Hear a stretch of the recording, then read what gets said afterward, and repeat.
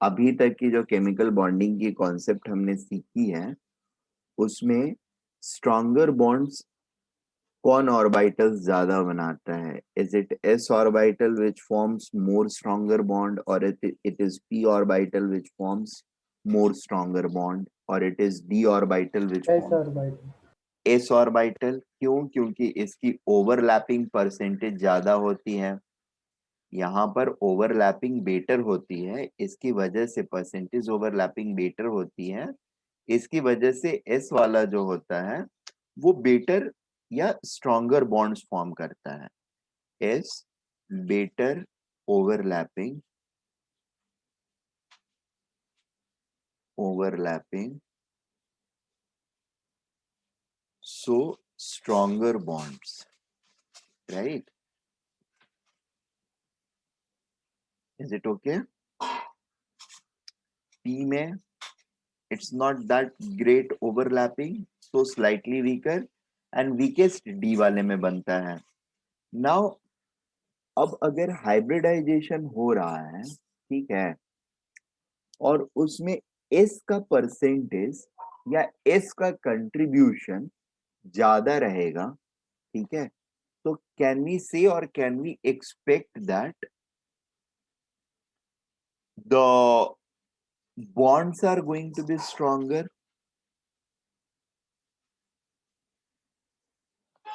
अगर हाइब्रिडाइजेशन हो रही है एंड एक एस और तीन पी मिल रहे हैं, ठीक है, तो इसमें एस का कंट्रीब्यूशन कितना रहा? 25%, राइट ना? Yes sir. Yes sir.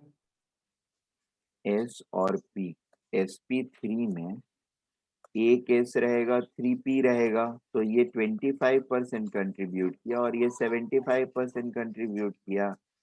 इसके कंपैरिजन में sp2 में ये 33%, ये 1 रहेगा, ये 2 रहेगा, ये 33% करेगा, ये 66.67% करेगा, और ये 33.33% करेगा।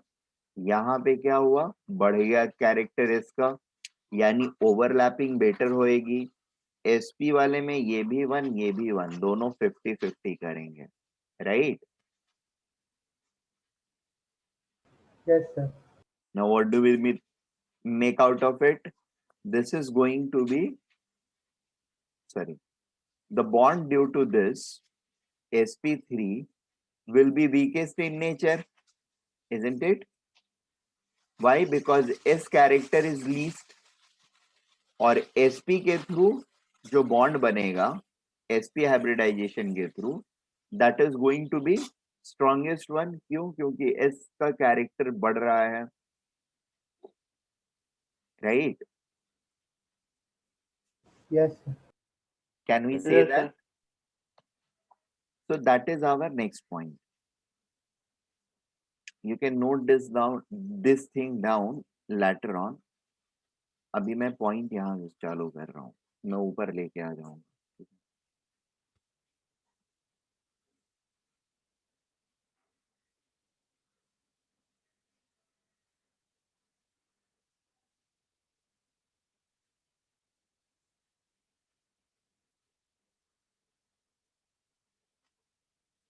More is the character of, more is the percentage character of, percentage character of s orbital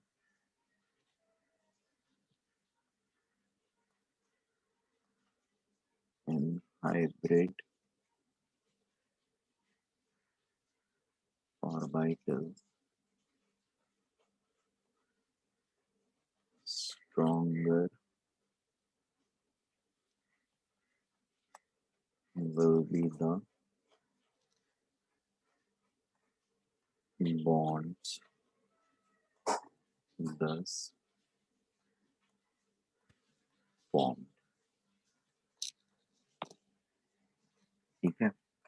You can take down this table as well, and then I'll supplement with certain yeah, examples also.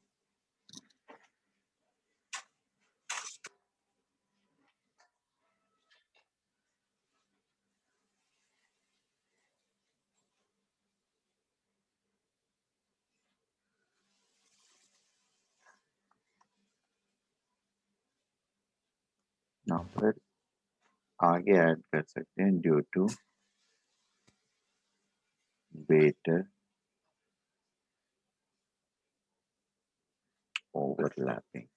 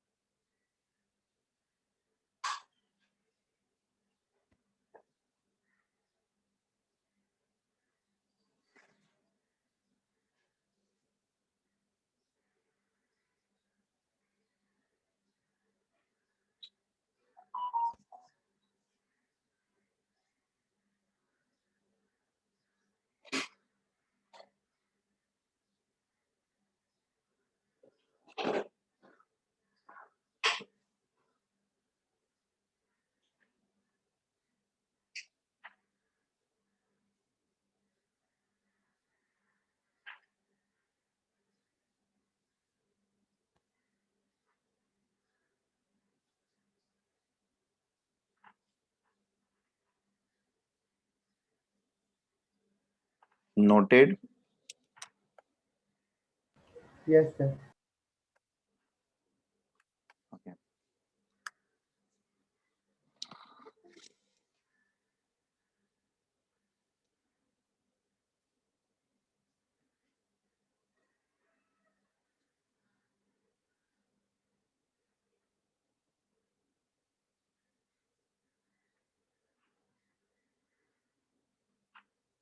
We can take one of the example as like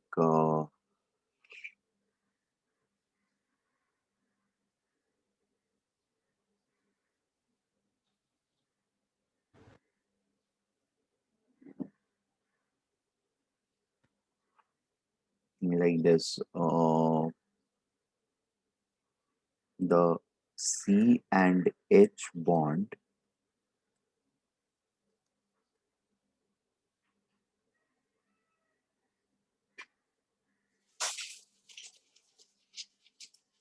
or not C and H bonds. We are going to compare the strength of C and C bonds. ठीक है? The C and C sigma bond, single bond in ethane, C and C double bond in ethene. ठीक है? Now double bond में भी एक single bond को अगर मैं डिस्काउंट कर देता हूँ, पाई बॉन्ड को डिस्काउंट कर देता हूँ, तो तब भी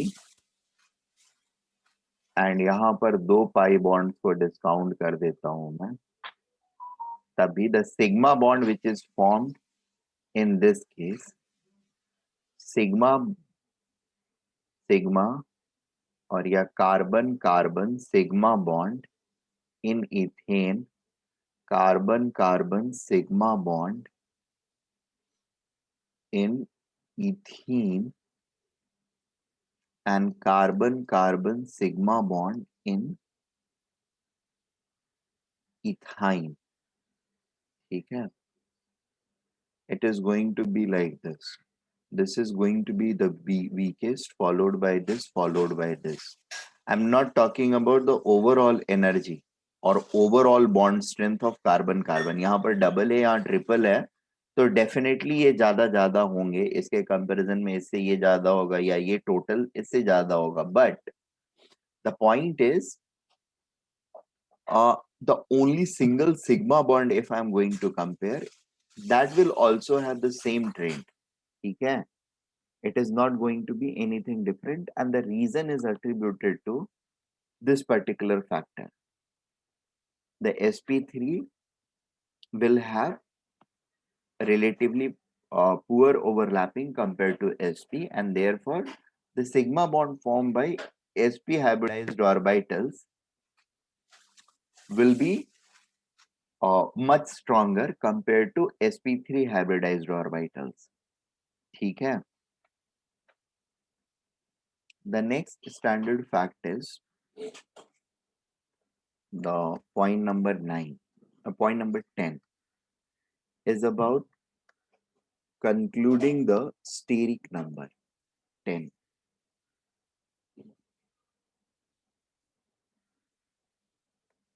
The state of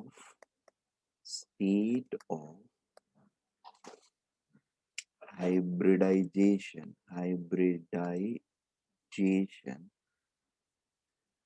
is determined by steric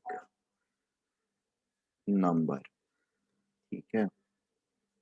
अब ये steric number क्या है? Is what of utmost importance to all of us, whether we are going to, I mean, boards के लिए भी पढ़ रहे हैं तभी ये हमारे लिए important है. बाकी सारी theoretical चीजें जो हैं या बाकी सारी चीजें जो हैं वो चीजों मतलब वो हमारे कंपाउंड्स के बिहेवियर को थोड़ा मतलब कॉम्प्लेक्स बिहेवियर को डिफाइन करने के लिए यूज करते हैं. ये हम सबसे बेसिक बिहेवियर जो होता है ना, स्ट्रक्चर, उसको डिटरमाइन करने के लिए यूज करते हैं, और ये हम सारे लोगों को पता होना चाहिए. इसमें no if no but. So you can say that 1 से लेकर के 6-7 तक के जो पॉइंट्स थे वो basically they were building the idea of hybridization. This is the core application, core or you can say basic application of hybridization, the steric numbers. ठीक है? अब steric numbers में डिफाइन कैसे करते हैं हम? तो ये होता है कि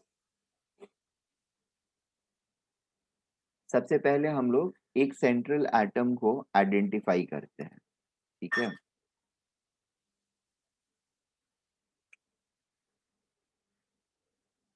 आइडेंटिफाई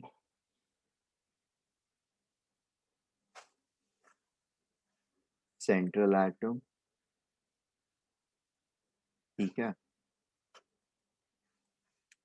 सेकेंडली स्टेरिक नंबर जो होता है उसको काउंट करने के लिए we take following things into ये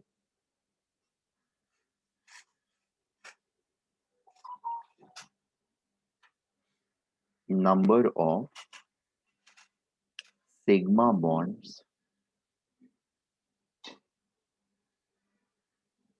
formed plus number of lone pairs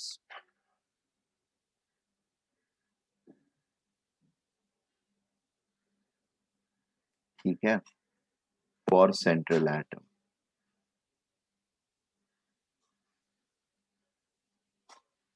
central atom, जो भी मेरा सेंट्रल एटम है उसमें कितने सिग्मा बॉन्ड फॉर्म कर रखे हैं और कितने लोन पेयर है. Number of sigma bonds form जो होता है ये हमको एक दूसरी चीज से भी पता चलता है. Number of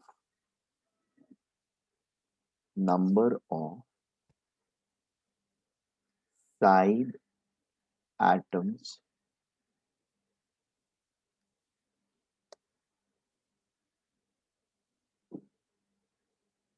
surrounding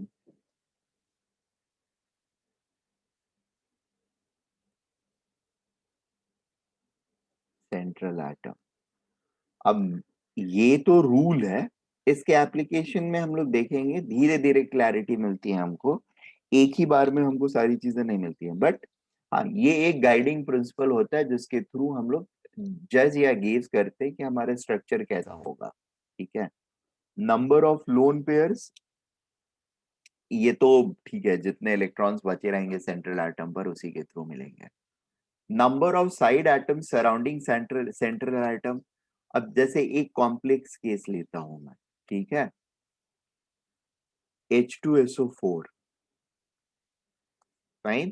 If we don't know the structure, yeah, if we don't know the atomic arrangement in the molecule, how many atoms are going to surround sulfur? Are they going to be 4? Are they going to be 6? All 6 are going to surround sulfur and gets directly bonded with sulfur, So 4. or is it just 4 oxygens which are surrounding it? Okay. So what I'm just trying to make you understand here is just one single information. Chemistry के साथ में ये थोड़ी सी problem होती है, ठीक है। Physics and maths is always 1 to 1। एक सिंगल इंफॉर्मेशन, देखो केमिस्ट्री इजी है रिलेटिवली तीनों में, but at the same times आप जैसे जैसे थोड़ा आगे बढ़ोगे you will find it more confusing. बाकी जो है वो आपको इजियर लगने लगते हैं। क्यों? क्योंकि वहां पर मोस्टली 1 to 1 रिलेशन होती है। एक लॉजिक से एक चीज डेराइव होती है, या एक लॉजिक से एक चीज ड्राइव होती है, ठीक है। Newton's law of motion is all about knowing the direction of different forces acting on a body, ठीक है। सर्कुलर मोशन या फिर rotational dynamics, conservation of momentum, ये सारी चीजें एक फिक्स्ड पैटर्न या फिक्स्ड फ्रेमवर्क में चलती हैं, ठीक है। केमिस्ट्री में it's not like that. Chemistry is more about real experiences. It's all about real experiences. How do you experience things in reality? वहां पर चीजें सिंप्लीफाइड हो सकती हैं क्योंकि सिंप्लीफाइड वर्जन है, फ्रिक्शन हटा करके भी मोशन को देख सकते हैं। यहाँ पर फ्रिक्शन हटा करके मोशन को नहीं देख सकते हैं। यहाँ पर कोवैलेंट बॉन्ड को हटा करके और सिर्फ आयनिक बॉन्ड को नहीं देख सकते हैं, सिर्फ आयनिक बॉन्ड को हटा करके कोवैलेंट बॉन्ड के बिहेवियर को किसी मॉलिक्यूल में नहीं देख सकते हैं, ठीक है। फिजिकली ये पॉसिबल नहीं होता है। वी आर कंस्ट्रेंट और bound to see things in combined framework. Making sense? What I'm just trying to make you understand is there is not going to be anything, I mean, a single complete thing, yeah, single complete rule which is going to tell you everything. ठीक है? हाँ, there are definitely going to be multiple things which can guide you to the right thing. Making sense? यहाँ पर steric number may fail in certain case. Fail मतलब एकदम laminate use करेंगे हम तो फेल ही करेगा, थोड़ा स्मार्टनेस के साथ यूज करेंगे तो फेल नहीं करेगा, ठीक है।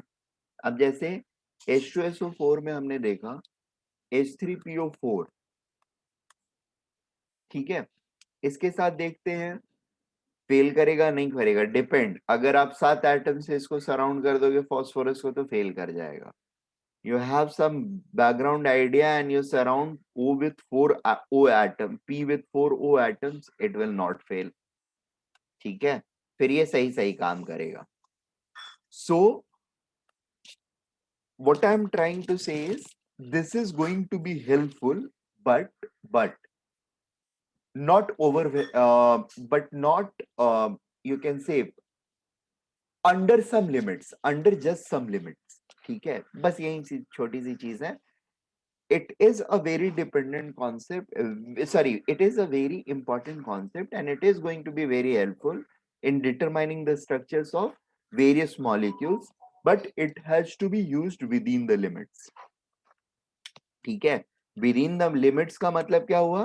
You need to know the connectivity of atoms. limit क्या है हमारी?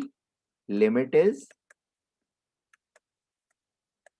having knowledge of connectivity of atoms, knowledge of connectivity of atoms. If you don't know the connectivity of atoms altogether, you may not be able to apply it. Is it okay?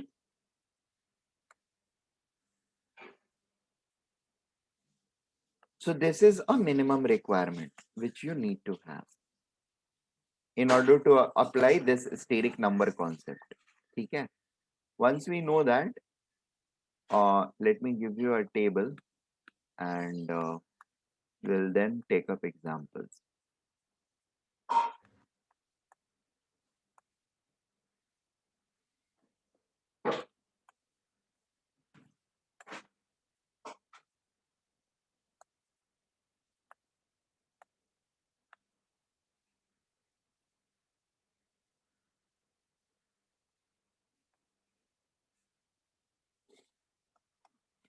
Hmm.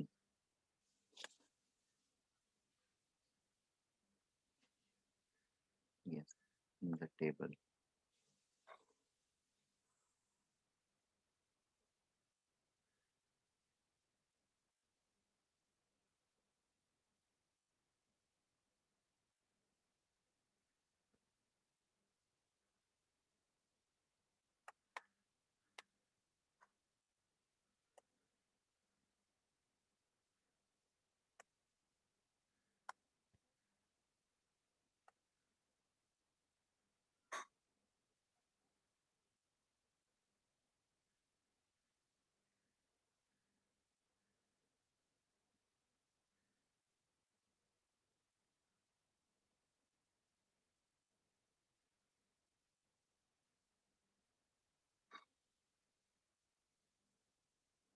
Hmm.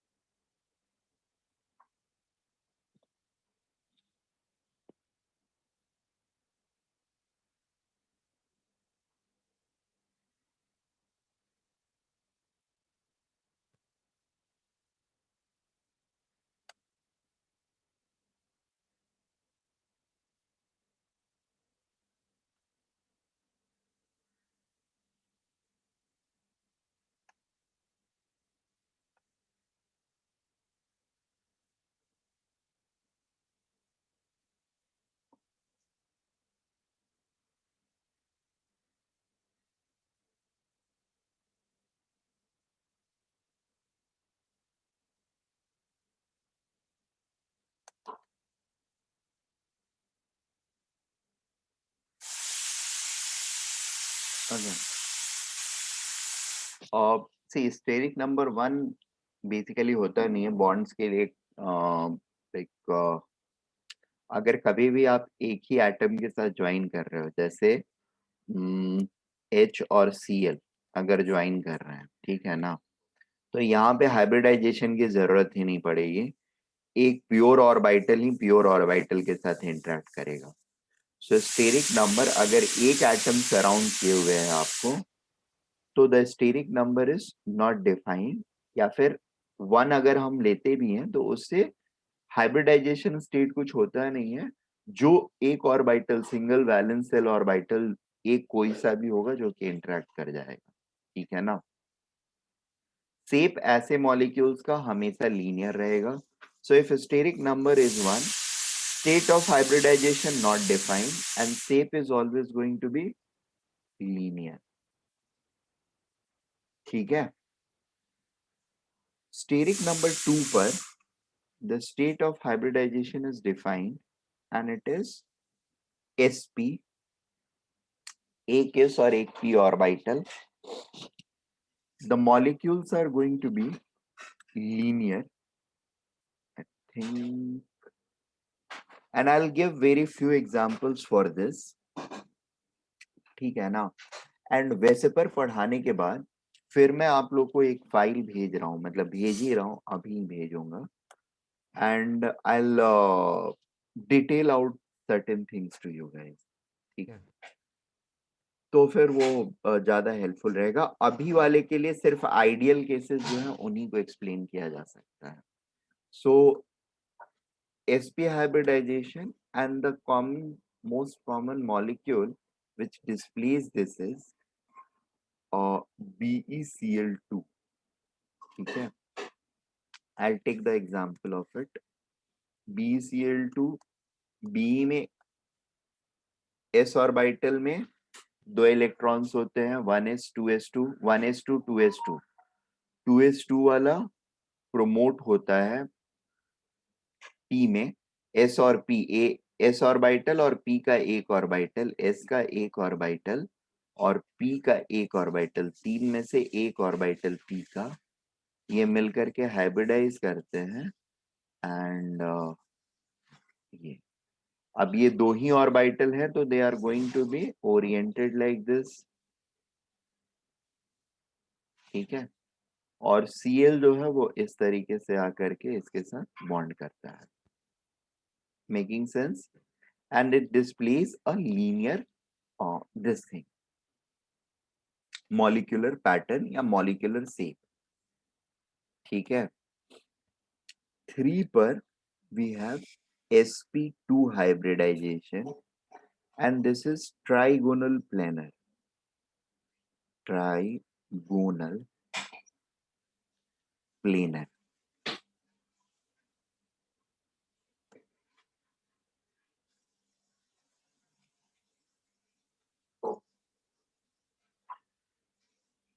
trigonal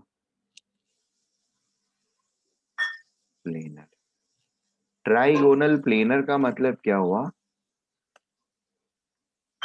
things will be oriented around the 3 corners of an equilateral triangle और centre में एक atom होगा, ठीक है।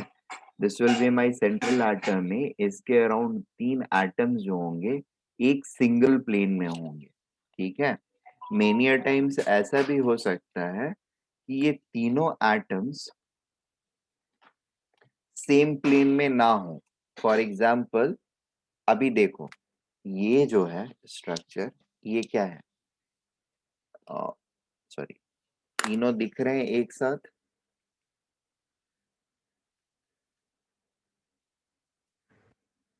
रुक जाओ रुक जाओ, अभी ये दिख रहा है,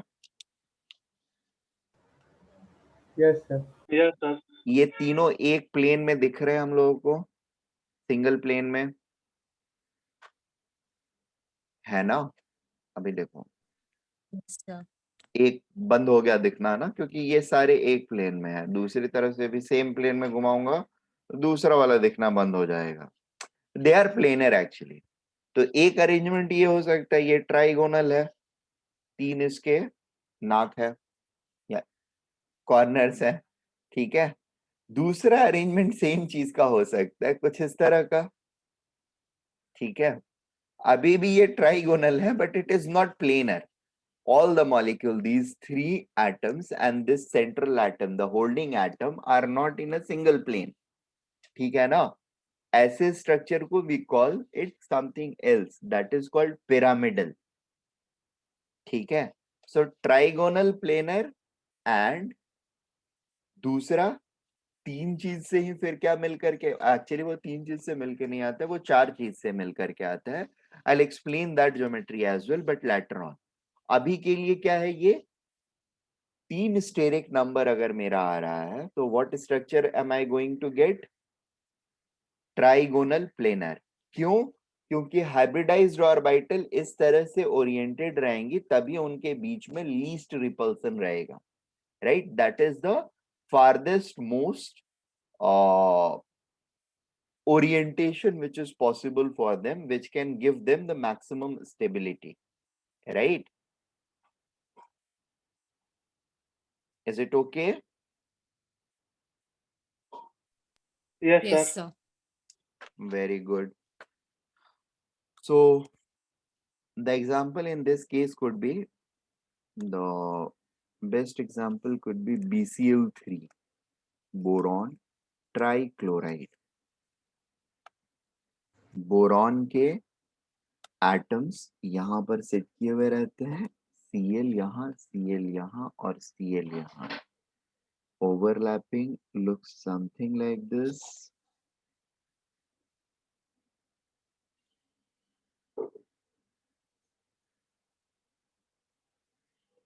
और फिर Cl से ओवरलैपिंग होती है. This is overlapped region. ठीक है. सो बोरॉन पहले अपने आप को हाइब्रिडाइज करता है, बोरॉन पहले अपने आप को हाइब्रिडाइज करता है और इसके एक s ऑर्बिटल और 2 p ऑर्बिटल्स, s में ग्राउंड स्टेट में एक s है और एक p में है. ये इसका ग्राउंड स्टेट कॉन्फ़िगरेशन होता है, ग्राउंड स्टेट कॉन्फ़िगरेशन. ठीक है, इसका बोरॉन का. फिर उसके बाद क्या होता है, बोरॉन का हाइब्रिडाइज्ड कॉन्फ़िगरेशन जो होता है, हाइब्रिड कॉन्फ़िगरेशन, वो कुछ इस तरह का बनता है.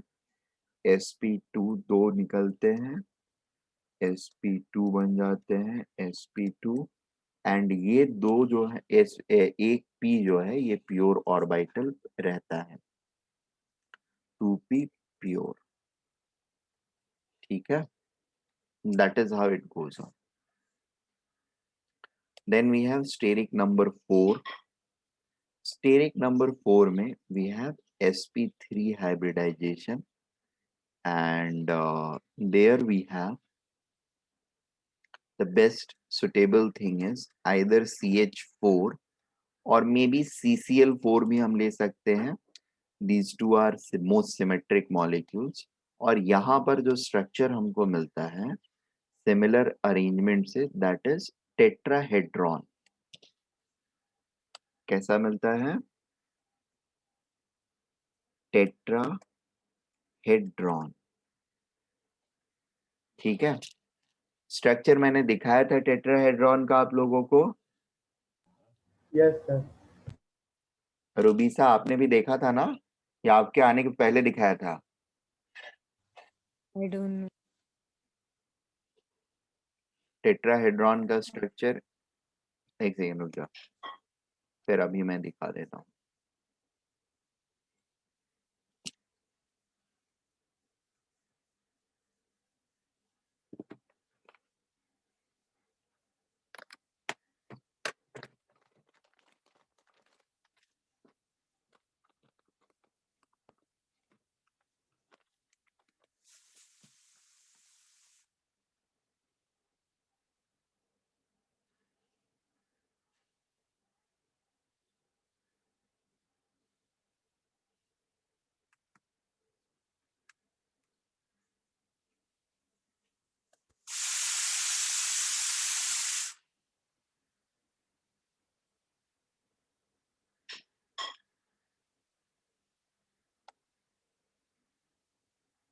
Stearic numbers. ठीक है,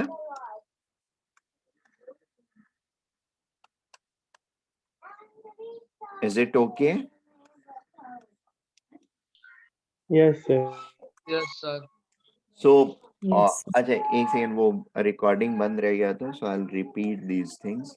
sp3 hybridization, CH4 CCl4, it is tetrahedron. Bond angles are 109 degree 28 minutes. For dsp2 hybridization, the best example is pt carbonyl, tetracarbonyl, and the structure is a square planar with bond angle as 90 degree. Okay. Then we have sp3d hybridization with steric number 5. The example is PCl5 and the structure is trigonal bipyramidal. Here there are two types of bond angles. One which is made in the plane and the bond angle is 120 degree each, and the other one is up the plane and down the plane. These bond angles are 90 degree each. Then we have octahedron where there is a square and then one atom is arranged above the square in the plane and the other one is below it, creating a octahedral structure, 8-phase structure. Here all the bond angles are exactly 90 degree to each other, exactly 90 degree to each other.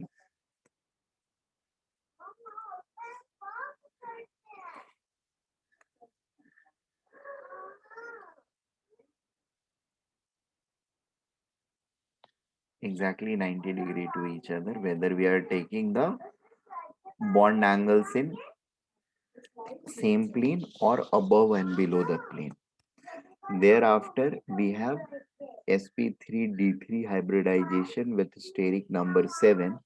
Here the structure is pentagonal bipyramidal. We have a regular pentagon,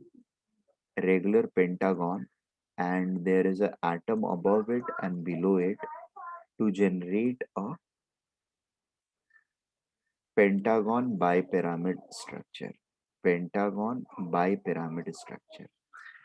Uh, Here also we have two types of bond angles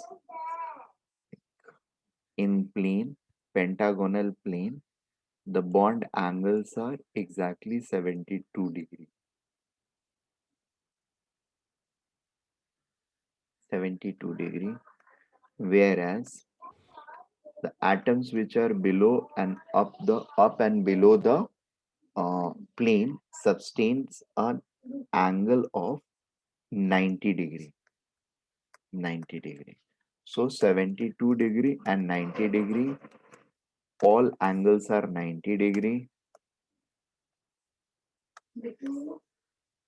120 degree and 90 degree, all angles 90 degree, all angles 109 degree 28 minute, all angle 120 degree and 180 degree. This is how the things are. For this, that is steric number 1, there is no angle defined as such. The molecule is linear, but there is no bond angle defined because there are no two bonds. Okay.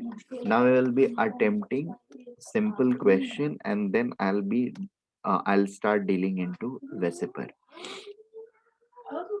The question is identify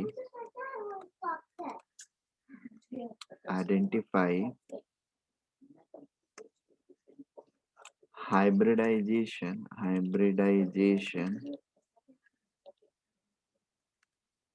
state in following molecules. Okay. The first one is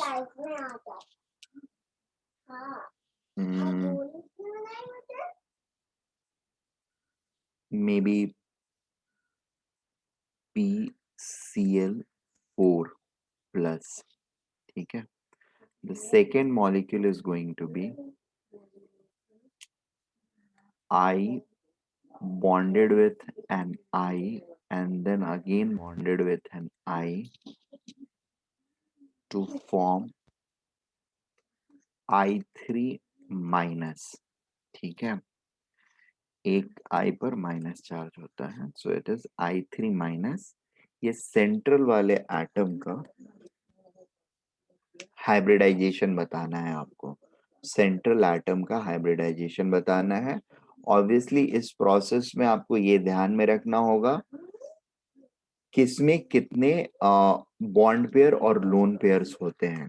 ठीक है, sorry, किसमें कितने bond pairs, यानी valence shell में किसके कितने electrons होते हैं, ये आपको पता रहना चाहिए. ठीक है, ये 17th ग्रुप है, तो 17th ग्रुप में कितने इलेक्ट्रॉन्स रहेंगे वैलेंस सेल में, 7 इलेक्ट्रॉन्स. ये कौन सा ग्रुप है, नाइट्रोजन के नीचे 10. आता है, तो 5 रहने चाहिए. कुछ लोगों को नहीं पता होगा तो आई एम हेल्पिंग आउट, मतलब बेसिकली रूबीसा एंड इसको नहीं पता रह सकता है, therefore I am helping out with these numbers. H2O में O का कितना वैलेंस इलेक्ट्रॉन्स रहेगा,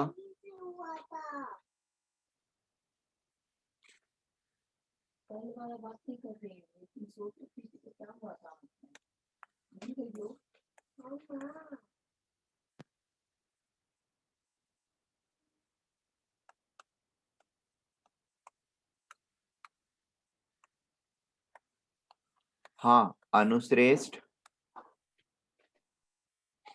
अनुश्रेष्ठ,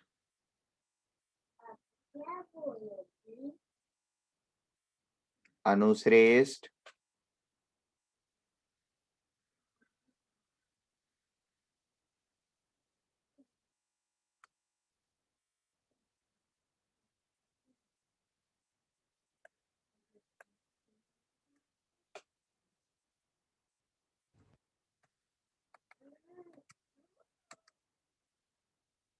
अनुश्रेष्ठ,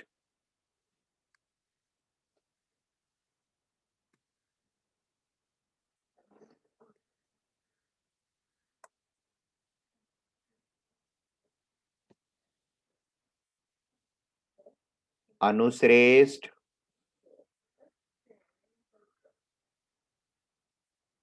ओके, नेवरदलेस फास्फोरस के पास अगर वैलेंस सेल में 5 इलेक्ट्रॉन्स हैं और उसने 4 बॉन्ड्स फॉर्म किए हुए हैं, ठीक है, तो इसके पास लोन पेयर कुछ बचेगा क्या. सर बोर्ड नहीं दिख रहा. अच्छा, बोर्ड दिख ही नहीं रहा है अभी तक भी. सर वो गूगल का दिख रहा है. अरे Yes, sir. यार,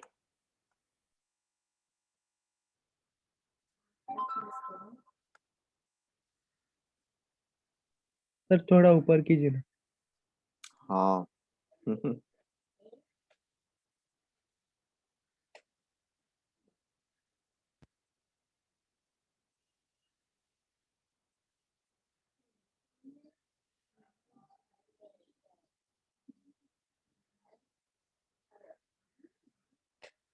ऊपर मतलब इधर ऊपर या नीचे करूं. सर वो 6 से लिखने का है. हाँ ठीक है, वो मुझे ध्यान है, मैंने.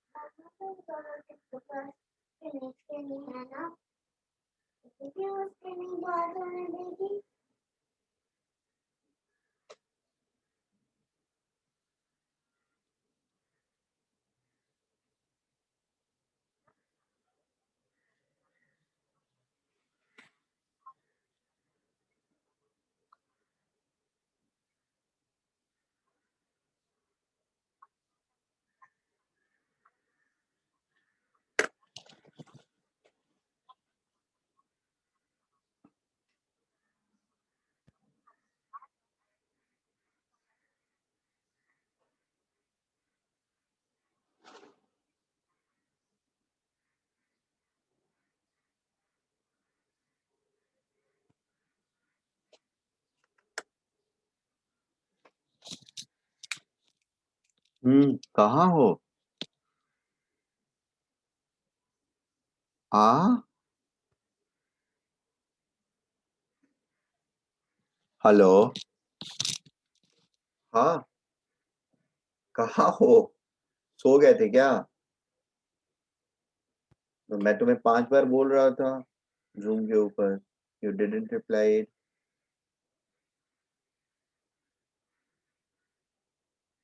क्या हुआ? पता नहीं सर, मतलब ओके, ठीक है, चले।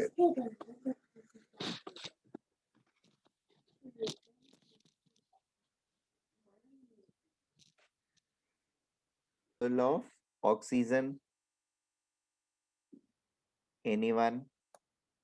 6 6। Very 6 good. कितने सिंगल बॉन्ड फॉर्म हुए हैं, यानी कितने सराउंडिंग एटम्स है हमारे पास? 2 सर। 2। तो 2 एटम्स, तो सिंगल बॉन्ड कितने फॉर्म हुए होंगे? 2।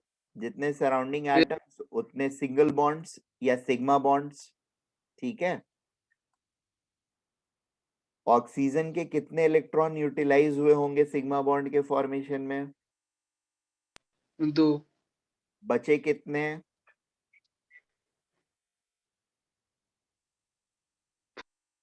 4 4। कितने पेयर हुए हैं जो बचे हुए हैं, वो कितने 2 पेयर होंगे? 2। 2 पेयर तो 2 पेयर प्लस 2 क्या हो जाएगा? 4 ठीक है। तो स्टेरिक नंबर हमारा क्या हो गया? 4 हाइब्रिडाइजेशन क्या हो जाएगा? 4 सर। अरे वो तो स्टेरिक नंबर हुआ ना, sp3 हाइब्रिडाइजेशन क्या होगा? sp3 sp3। ठीक है, क्लियर है सारे लोगों को? sp3 के यस सर। हिसाब से इसका स्ट्रक्चर कैसा जाना यस सर। चाहिए? स्ट्रक्चर कैसा, बेस स्ट्रक्चर कैसा होना चाहिए? टेट्राहेड्रॉन। ठीक है, टेट्राहेड्रॉन होना चाहिए।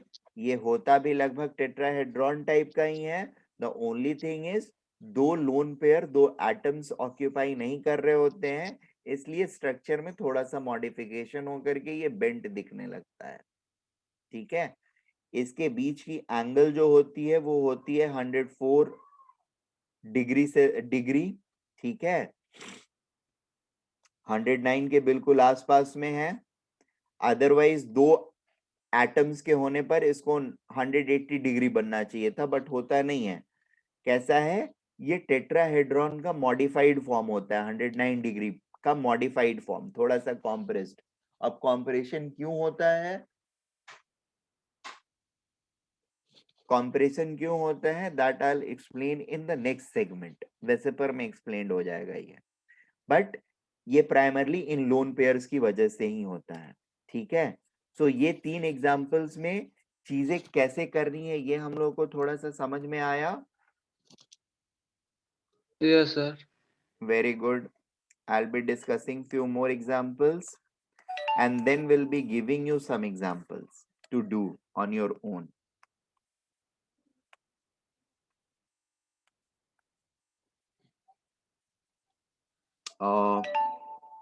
Let me take 4th example as 10 minute और ये खत्म हुआ, लेक्चर खत्म करूंगा, मुझे भी भागना है। NH3 वैलेंस शेल इलेक्ट्रॉन्स कितने हैं? अब तुम लोग को बोलना होगा, पार्टिसिपेट करना होगा, मैं ही 5 सर। 5। Very good. कितने सिग्मा बॉन्ड्स हैं? 3 वेरी गुड। तो नाइट्रोजन पे नॉन बॉन्डेड इलेक्ट्रॉन्स कितने बचेंगे, लोन पेयर कितने बचेंगे? 2 सर। 1 इलेक्ट्रॉन्स नॉन बॉन्डेड 2 बचेंगे, लेकिन पेयर 1 बचेगा, राइट? Yes sir. ठीक है ना, 2 इलेक्ट्रॉन्स बचेंगे, yes sir. That makes lone pair 1। तो स्टेरिक नंबर क्या हो जाएगा?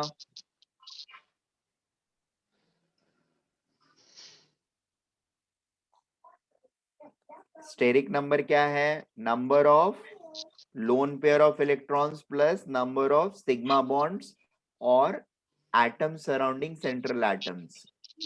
sp2 sir. नहीं, sp2 कैसे? एक लोन पेयर रहा और 3 बॉन्ड पेयर है हमारे पास, या 3, 3 हाँ, 4 तो टोटल क्या हो जाएगा? sp3 4 हो जाएगा ना। sp3 sir. sp3 steric number 4 and therefore sp3, right? Yes Let sir. us talk about pcl6.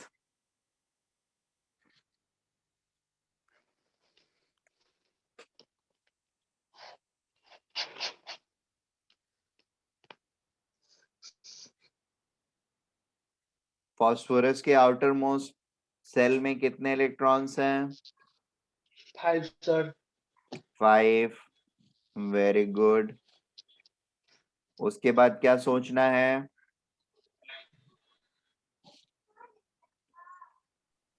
Sigma bonds कितने होंगे? कितने होंगे? 6 सराउंडिंग एटम्स हैं तो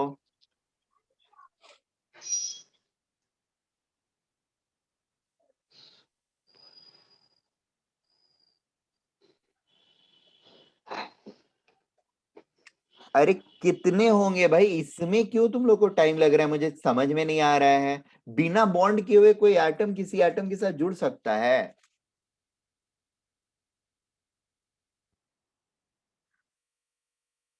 नहीं जुड़ सकता है ना। और पहला बॉन्ड जो फॉर्म करेगा वो कौन सा करेगा?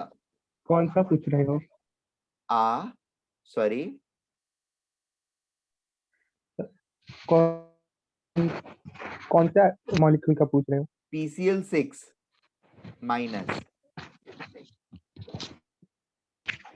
फास्फोरस को कितने एटम सराउंड किए हुए हैं? 6 तो इसमें क्या प्रॉब्लम हो रही है? और जितने एटम सराउंड किए हुए हैं उन सबके साथ वो बॉन्ड करेगा, तभी तो उसको सराउंड किए हुए हैं ना। नहीं तो वो सराउंड क्यों करेंगे? और वो सराउंड होगा क्यों? First of all yes sir. Bond form करेंगे तभी होगा।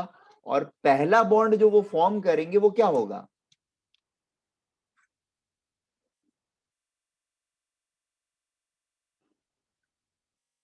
कोई भी एटम किसी भी एटम के साथ जो पहला बॉन्ड फॉर्म करता है वो सिग्मा बॉन्ड होता है। ठीक है। एक्सेप्शनल मॉलिक्यूल्स जब होंगे उनके बारे में बताया जाएगा, वो एमओटी में डिस्कस करेंगे हम लोग। इसके लिमिटेशंस के टाइम पे डिस्कस करेंगे। तो यहां पर सराउंडिंग एटम्स कितने हैं? देखो, सिग्मा बॉन्ड्स नहीं समझना है, छोड़ दो। सराउंडिंग एटम्स के टर्म्स में याद रखो। इसको कितने एटम सराउंड किए हुए हैं? 6। 6 सर। 6, ठीक है। इसके पास इलेक्ट्रॉन्स कितने थे? 5। और ये 6 एटम 5 से ऑलरेडी सराउंडेड है, मतलब सारे इसके इलेक्ट्रॉन तो उड़ गया होंगे। अब इसके पास बचेगा थोड़ी कुछ? Yes sir. बच के रहेगा कुछ? अपने इलेक्ट्रॉन्स को बचा के रख सकता है नो ये? सर। नहीं ना। No no sir. सर। ठीक है, तो लोन पेयर का काउंट क्या रहेगा?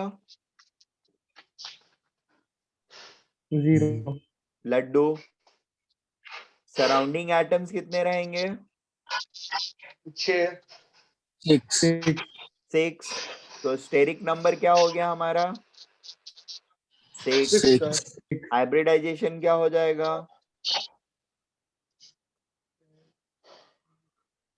6 के करस्पॉन्डिंग क्या हाइब्रिड? sp3d2 sp3d2। स्ट्रक्चर कैसा मिलना चाहिए हमको? ऑक्टाहेड्रॉन। Very good. ऑक्टाहेड्रॉन। ठीक है ना। So yes just sir. By no octahedron, just by knowing these informations, मैंने इसके स्ट्रक्चर को बता दिया, आपने सोच लिया, समझ लिया, बोल दिया। और ये एक्चुअल में भी ऐसा होता है। ठीक है। Making sense? बात समझ में आ रही है हम लोगों को? Yes sir. What big difference has you got? मतलब आज के पहले तक की स्टडीज, जो भी आपने केमिस्ट्री में सीखा था, और आज का जो चेंज आपने देखा स्ट्रक्चर प्रिडिक्शंस को लेकर के, कोई भी मॉलिक्यूल कैसा दिखेगा। पहले आपको बताया जाता था कि H2O बेंड शेप होता है, आप याद करते थे। ठीक है। या कोई और मॉलिक्यूल का स्पेसिफिकली आपको स्ट्रक्चर बता दिया गया तो आप याद करते थे, राइट?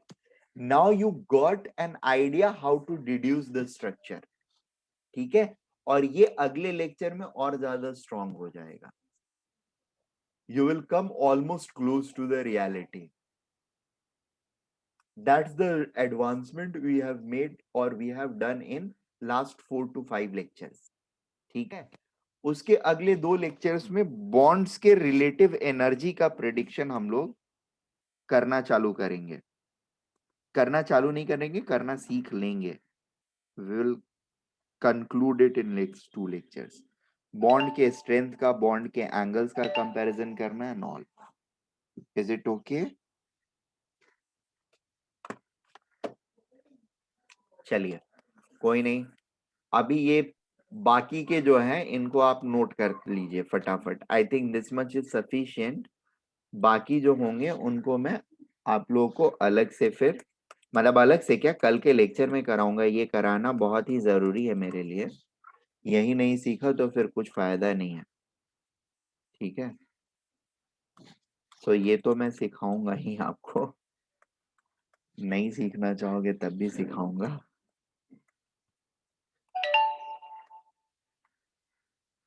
ठीक है? यहाँ पे 2 एटम्स हैं, 3 एटम्स हमारे सेंट्रल एटम है, एक ये सेंट्रल एटम है, ये भी सेंट्रल एटम है, ये भी सेंट्रल एटम है. तीनों एटम का हाइब्रिडाइजेशन निकालना है आप लोगों को. नोट करते जा रहे हो ना? Yes, sir. Very Yes, Yes, good. sir. और सबसे आंसर और पार्टिसिपेशन चाहिए मुझे. और मोस्टली मैं संडेज को भी हो सकता है लेक्चर लूं आप लोगों का. सैटरडे को तो नहीं ले पाऊंगा, बहुत ज्यादा बिजी हूं. बट संडेज को लूंगा, थोड़ा फ्री हूं. पॉइंटर जहां जहां डला हुए सारे सेंट्रल एटम से सबके निकालने हैं आप लोगों को. ठीक है ना? कोई प्रॉब्लम नहीं है. और इसमें भी बेसिकली डिफिकल्ट वाले सिनारियो जो है वो मैंने कवर किए हुए हैं ऊपर में, तो इनको निकालने में आपको प्रॉब्लम नहीं होगी. ज्यादातर आपको इन्हीं को निकालना रहेगा, देखना सोचना समझना रहेगा. So it will be a peaceful thing for us. CH3 plus.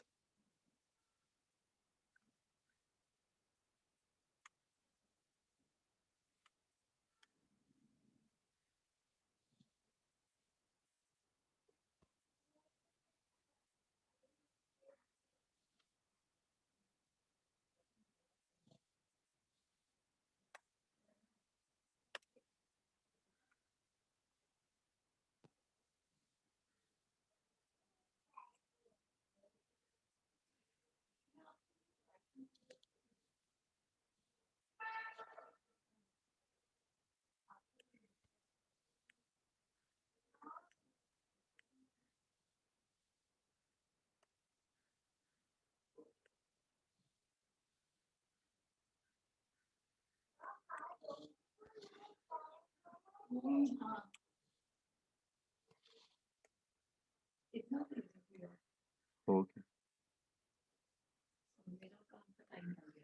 नहीं नहीं, हो गया, निकल रहा, हो गया.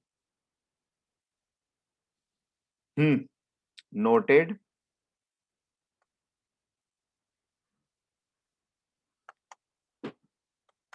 yes sir.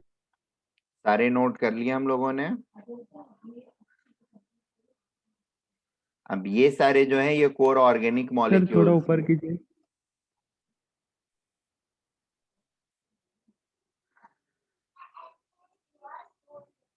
अच्छा, अभी जहां पर आपको स्पेसिफिकली मैंने बताया है कि इनके इनके स्ट्रक्चर्स हमने प्रेडिक्ट कर लिए, वो ऐसा इसलिए बताया है क्योंकि ये रेगुलर स्ट्रक्चर को फॉलो करते हैं. विस्पर के नॉलेज के बाद भी चूंकि यहाँ पर लोन पेयर नहीं है ना, तो ये आइडियल स्ट्रक्चर को ही फॉलो करते हैं. जहां पर लोन पेयर आ जाते हैं वो आइडियल स्ट्रक्चर से थोड़े वेरी करते हैं,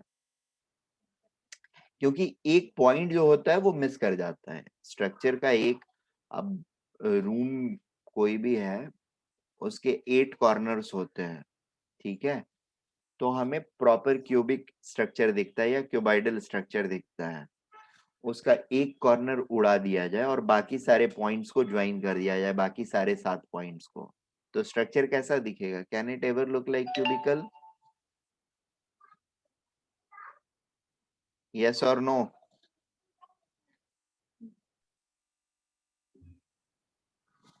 तुम लोग यार पढ़ाई में नो सर। पार्टिसिपेट नहीं करते हो, मजा नहीं आता है फिर मुझे पढ़ाने में। No sir. ठीक है, चलेगा। तो सेम चीज यहां पर भी होती है।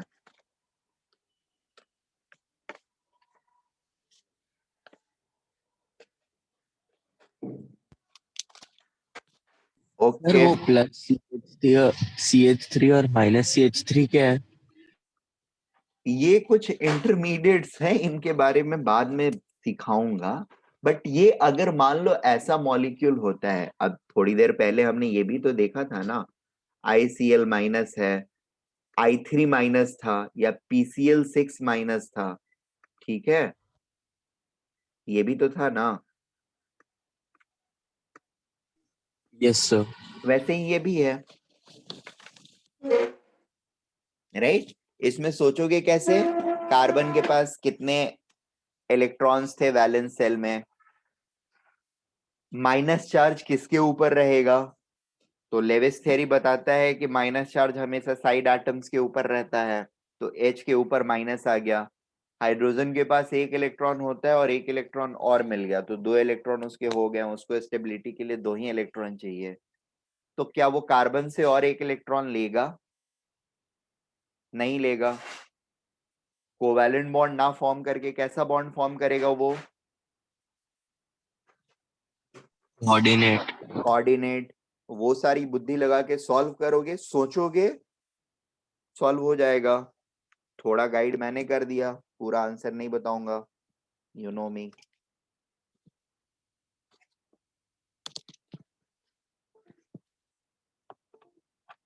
ठीक है, हो गया? नोट कर लिया सबने?